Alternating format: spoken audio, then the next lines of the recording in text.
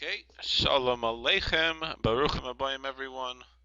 We're about to begin Bezus Hashem, our next shir in the Kitzur Shulchan Aruch. We're up to chapter 8 in the Kitzur Shulchan Aruch, which says Dvarim Ha'asurim Misheher Hayom Ad La'achar Sheispalel.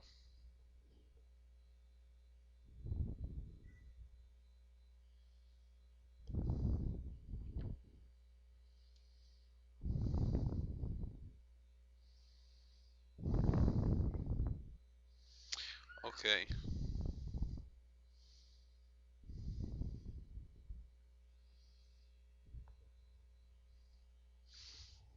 So there's certain things that you have to daven first before you can do them.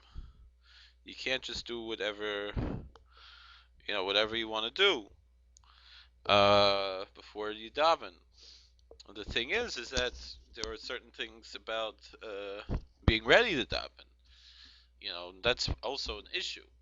But so we're assuming with all of these things that we're talking about once one is ready to daven, that he cannot do these other things until once he is davened, until once he has said his morning prayers.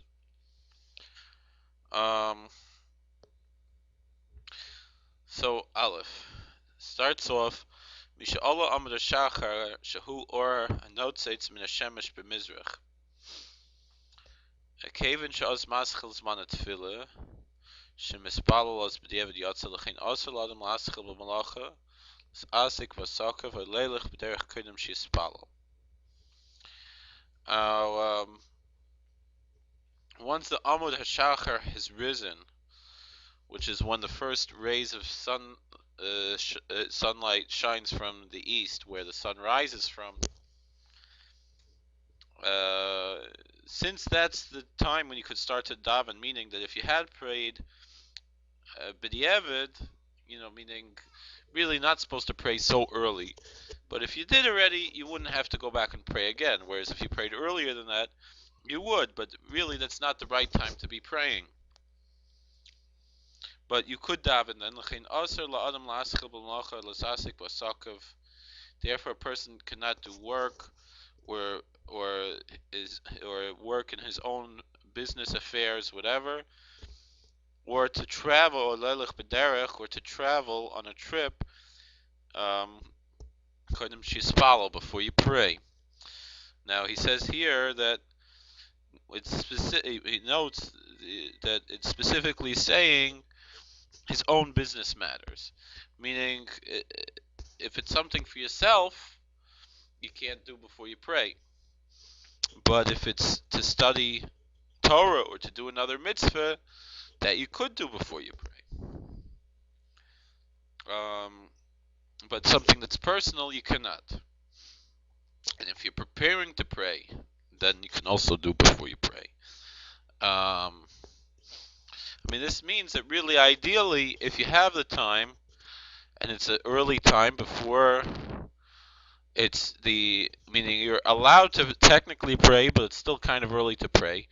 You should be studying Torah, or saying Psalms, or something else, until you pray. And the ideal time, and really even you can start the prayer service, the blessings and so forth, earlier than that, and that's really ideal to do that. And when we say to pray, we're talking about reciting the Shemona Esrei.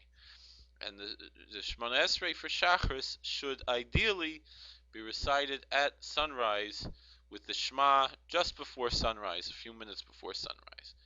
That's the ideal. Earlier than that is not so ideal.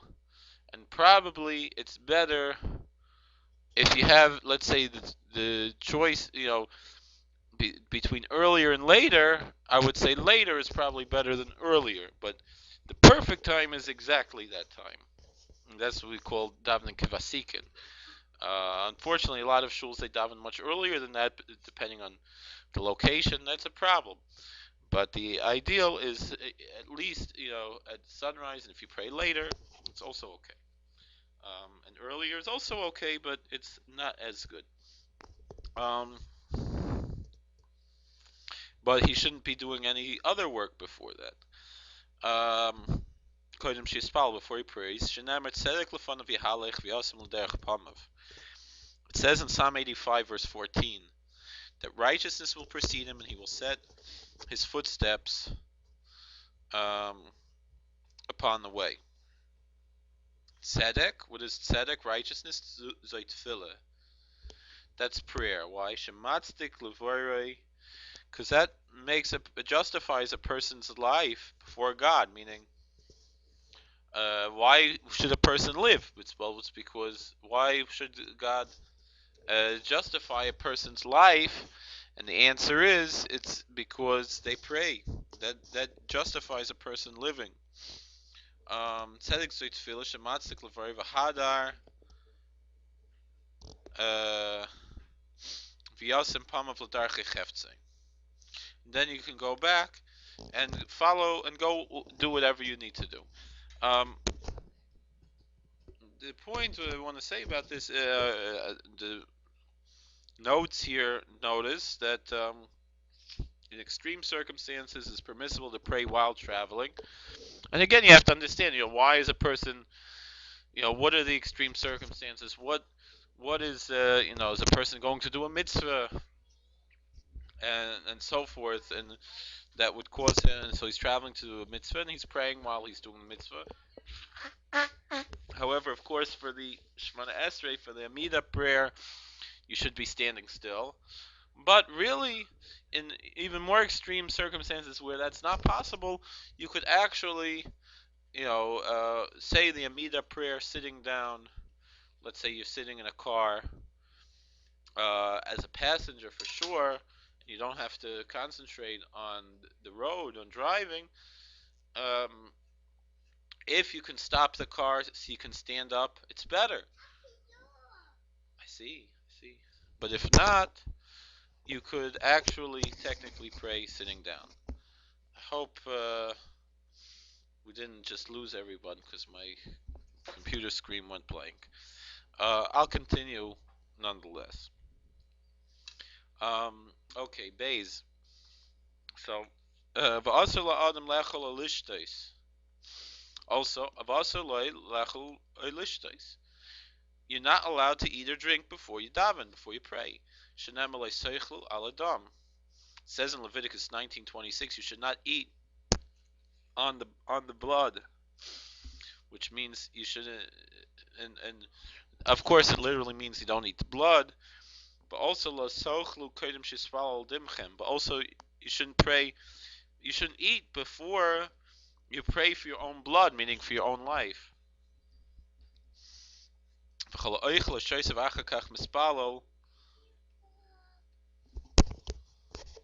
Anyone who eats and drinks and then davens afterwards,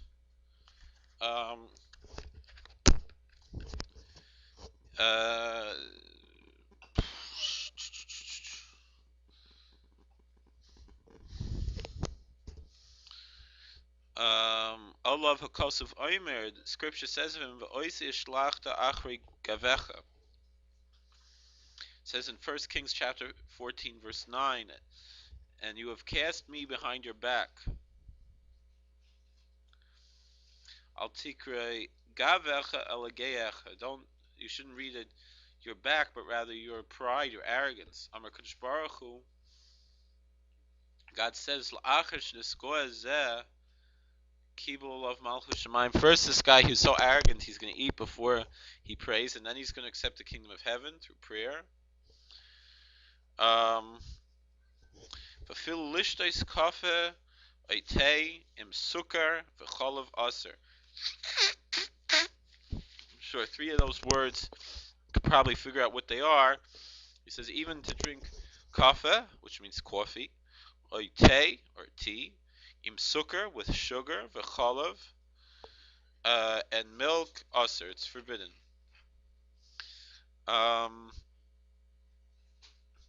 V'shzaken v'chalu she'enu yachal la'amid al nafshay ad eish yitzias etzibim b'beis ha'knesses Befrat b'Shabbosos v'Yom Tovim shemarichim harbe.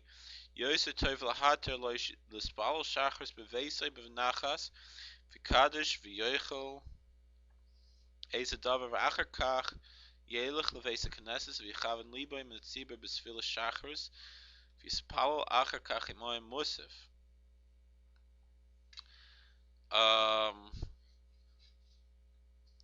And he says something very extreme, rather. This is not how we paskin. I don't think anyone paskins like this.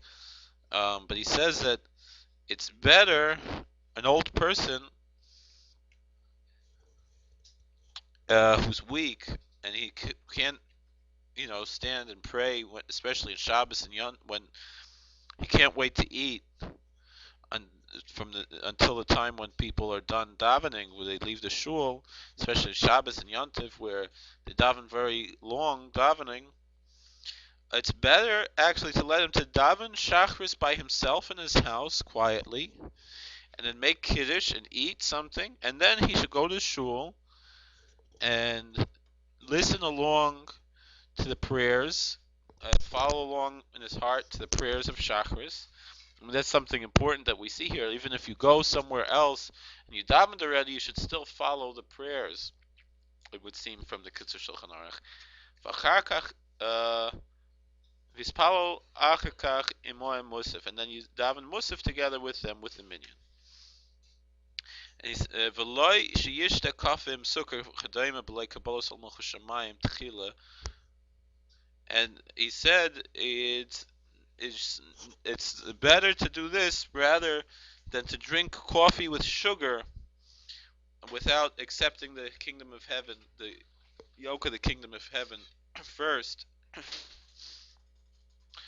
That it's actually better to daven privately, quickly, eat and make kiddush and eat, and then go to shul.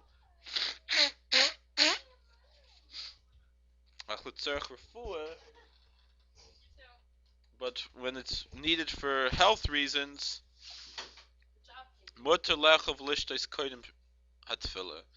then you could eat or drink before you pray.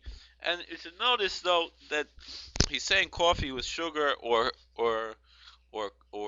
milk, but just plain coffee or plain tea, it seems, would be okay to pray to have before we pray. We'll see. But anyway, but for health reasons, you could always eat or drink before davening. Why she'ain b'zeh mishum geus? Because that's not considered arrogant.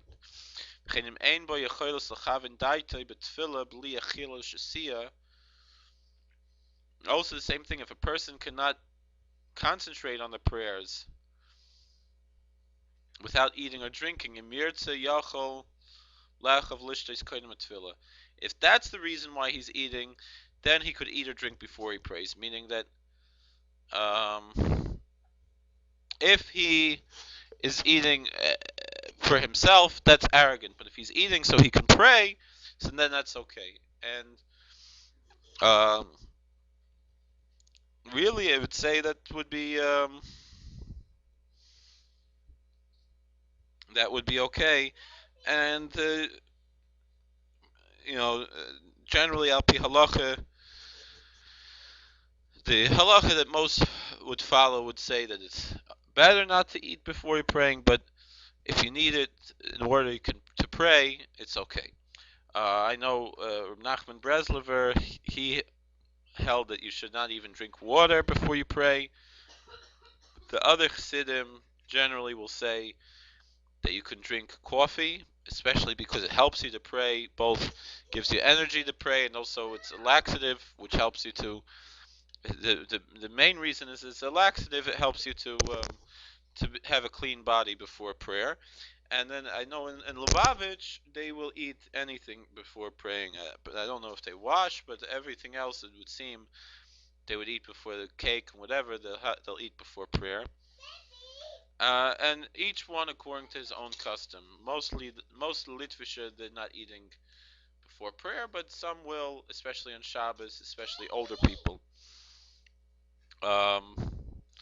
So we have all these different opinions. So it's Everyone on his own level. Okay, according to his own community's custom, and really you should talk to your rabbi about the particular situations. Um, okay, Gimel. It says like this, number 3. Yesh oimim shefilim kam bechetzeis halayla aser leilitim kodim shispalo. Um, some people say even let's say he woke up at midnight. Like for example, he woke up to say the Tikkun Chatzos. He woke aser leilitim kodim shispalo. He cannot taste anything, which means eat, before he prays. It says here that it would seem that even according to those opinions, it would be okay to drink, but not to eat. And the Kitzur Shulchan says that's the right way to do. We say generally, like on a fast day, if someone wants to wake up before the fast begins, right? Most of the fast days begin in the morning. That you have to have in mind before you go to sleep that if you wake up early, that you should be able to eat. Otherwise, it seems like you're accepting the fast already. But the thing is, why is he waking up at midnight to study Torah? So if he's very weak, he could eat or drink something to strengthen his body to study Torah. And to say Tikkun Chatzos and so forth. All right, Dalet. So he says here, Mayim v'chinteya kafe b'lei sukkar of b'lei chalav mutar l'shtos kodim tefillah af la'achar shalad amud hashachar.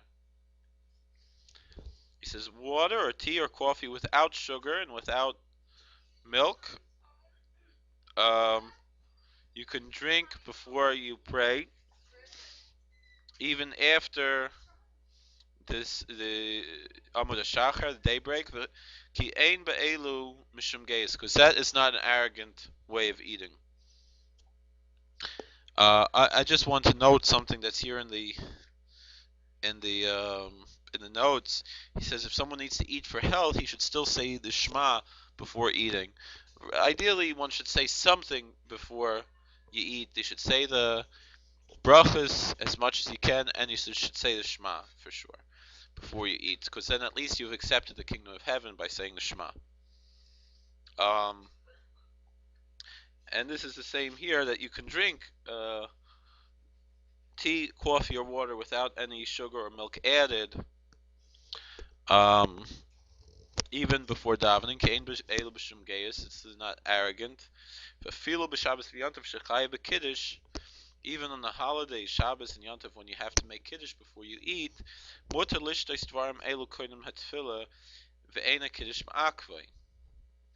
you can drink these things before you daven, and the kiddush is not holding you back. Why? Because you only have to make kiddush once you already daven shacharis. Meaning, once you daven shacharis, even if you didn't daven musaf yet, you're not allowed to eat or drink anything until you made kiddush. But if it's before you davened, then you can. And here comes in an issue, though, with the women, because women only don't have to say the whole davening. They technically just have to say whatever prayer they can, and you cannot eat or drink before you say any prayer. But once they said something, meaning a man, he could say brachas, could say Shema, and not have to make kiddush until he says the Shemona Esrei, the Amida of Shacharis, of the morning prayers. But a woman, once she says any prayer, she's really fulfilled her obligation. She has to make kiddush. So it would seem that a woman would then have to make kiddush in the morning when she's eating. So anyway, he says, "Kavan shekodim tefillah adayin lehigizman kiddush." Why is this that kiddush is connected to prayer? He says because before you pray, it's not the time for kiddush. Why? Then kiddush elamakom suda. Kiddush is only in the place of the meal. The hainu samach lechila, which means close to eating. V'hari efshar lo yilachol kodim tefillas hashachar, and you can't eat the meal before you daven shacharis. So therefore, you don't make kiddush before shacharis. He says here, as far as sugar, he says it is an accepted custom to hold a piece of sugar in the mouth while drinking tea, although he doesn't make it clear whether that's okay before davening. Um, One reason for doing that would be so you have what to make a bracha on, because it's so hot. It's a little difficult to make a bracha, to drink enough to really make a bracha. So you make the bracha on the sugar. All right, another thing that you can't do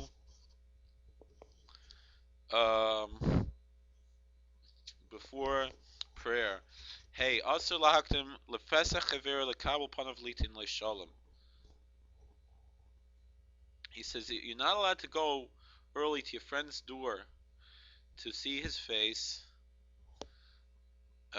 meaning once we start davening, and to give him shalom, to greet him.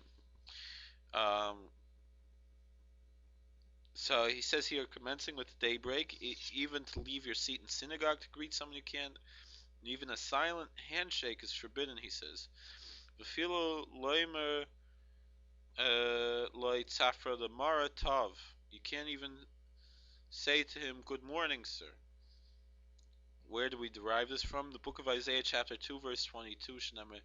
Chidlu lochem min adam asher neshama ba'apoi ki b'man nechshavu. It says, withdraw yourselves from man whose breath is still in his nostrils, because for what is he to be esteemed? Meaning he's not considered a man until he davens, so why would you say hello to him? Why would you want to greet this person before you greet God? But if you just happen to meet him, if you're going specifically to meet someone, it's a problem. But if you just happen to meet someone, you could greet him and say shalom. But it's better to change to say something else. Instead of saying shalom, say good morning. To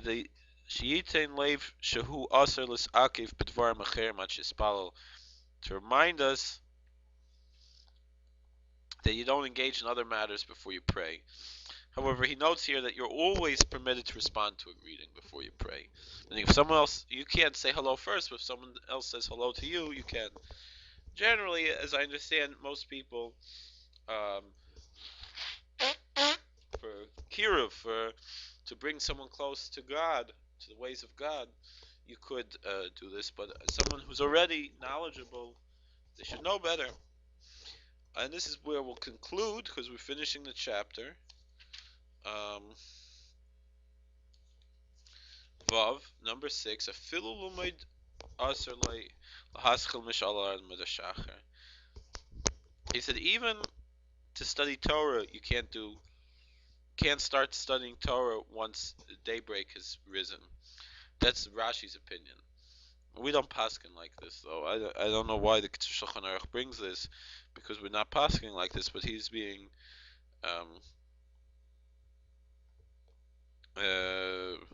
machmir here.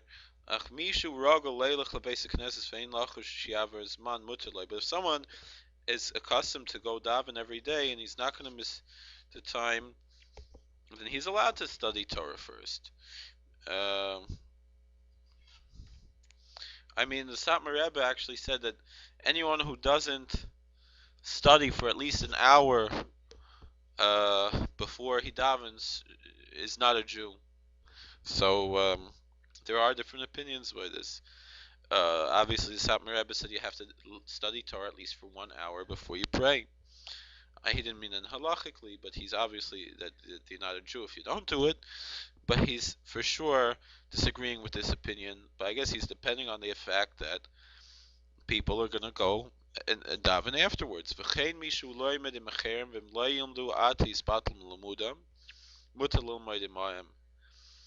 And similarly, if someone is studying with other people, and if he doesn't study with them now, they're just not going to study, then he could learn with them. Because to bring merit to a group, that's a big thing. You